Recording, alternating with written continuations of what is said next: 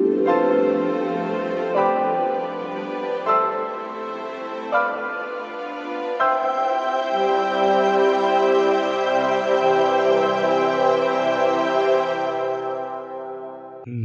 जरहट के हिंदी में आपका स्वागत है।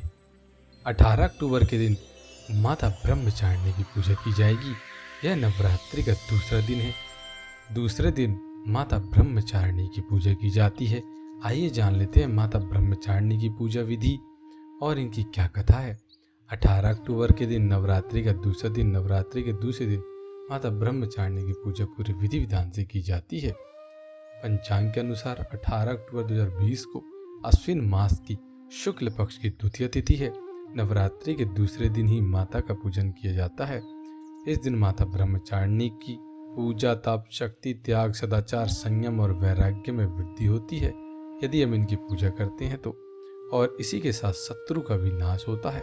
नवरात्रि की पूजा में माता ब्रह्मचारिणी की पूजा का विशेष महत्व बताया गया है। माँ दुर्गा की 9 शक्तियों के दूसरे स्वरूप माँ ब्रह्मचारिणी के दर्शन पूजा का विधान है। देवी ब्रह्मचारिणी का स्वरूप पूर्ण ज्योतिर्मय और अत्यंत भव्य रूप में होता है। देवी के दाहिने हाथ में जप की माला और बाएं हाथ में कमंडल लिए सफेद वस्त्र में देवी विराजमान है। आइए जान लेते हैं माता ब्रह्मचारिणी की क्या पूजा विधि है। माँ ब्रह्मचारिणी की पूजा में आप पुष्प, अक्षत, रोली, चंदन का प्रयोग करें। पूजा आरंभ करने से पूर्व माँ ब्रह्मचारिणी को दूध, दही, शर्करा, धृत, शहद से स्नान कराएं। इसके उपरांत आप माता ब्रह्मचारिणी को प्रसाद अर्पित करें। इस क्रिया को करने के बाद आप आचमन और फिर पान सुपारी भेंट करने। इसके बाद आप स्थापित कलश, नवग्रह, नगर देवता और ग्राम देवता की पूजा करें। माता ब्रह्मचारिणी मंगल ग्रह की अशुभता को दूर करती हैं। माँ ब्रह्मचारिणी की पूजा करने से मंगल ग्रह की अशुभता दूर हो जाती है। ऐसी मान्यता है कि माँ ब्रह्मचारिणी मंगल ग्रह को नियंत्रित करती है। जिन लोगों की जन्म कुंडली में मंगल अशुभ है उन्हें माँ ब्रह्मचारिणी की पूजा करनी चाहिए। माता ब्रह्मचारिणी का अर्थ है तपस्या और चारणी यानी आचरण करने वाली। इस प्रकार ब्रह्मचारिणी का अर्थ हुआ तप का आचरण करने वाली। इनके दाहिने हाथ में जप की माला और बाएं हाथ में कमंडल रहता है।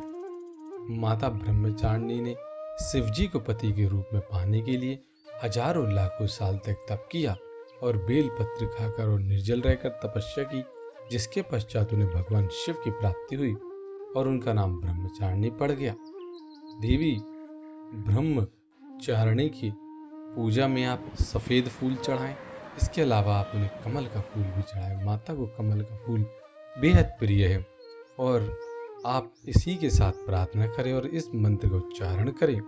या देवी सर्वभूतेषु मां ब्रह्मचारिणी रूपेण संस्थिता, नमस्तस्यै नमस्तस्यै नमस्तस्यै नमो नमः। इस प्रकार से आप इनके पूजन करें। आइए अब हम जान लेते हैं इनका कथा क्या है। इस दिन कौन सी कथा पढ़ी जाती है, क्योंकि पूजन करने के बाद हमें कथा जरूर पढ़नी चाहिए, तभी वह पूजा पूरी होती है, तभी यह पूजा हमारी संपन्न होती है। आइए जान लेते हैं माँ ब्रह्मचारिणी की क्या कथा है। पौराणिक कथाओं के अनुसार पूर्व जन्म में माँ ब्रह्मचारिणी ने हिमालय के घर पुत्री के रूप में जन्म लिया था। भगवान शिव को पति के रूप में प्राप्त करने के लिए उन्होंने बहुत कठिन तपस्या की, इसलिए इन्हें ब्रह्मचारिणी कहा गया। माँ ब्रह्मचारिणी ने 1000 वर्ष तक फल फूल खाकर, बेलपत्र खाकर और 100 वर्षों तक केवल जमीन पर रहकर शाक पर निर्वाह किया।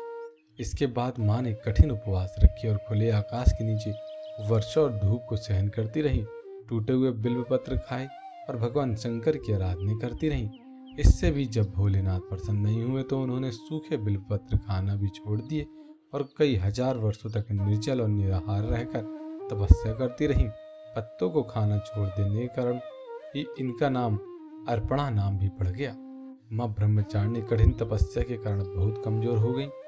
इस तपस्या को देख सभी देवी देवता, ऋषिगण, सिद्धगण, मुनि सभी ने सराहना की और मनोकामना पूर्ण होने का इनको आशीर्वाद दिया।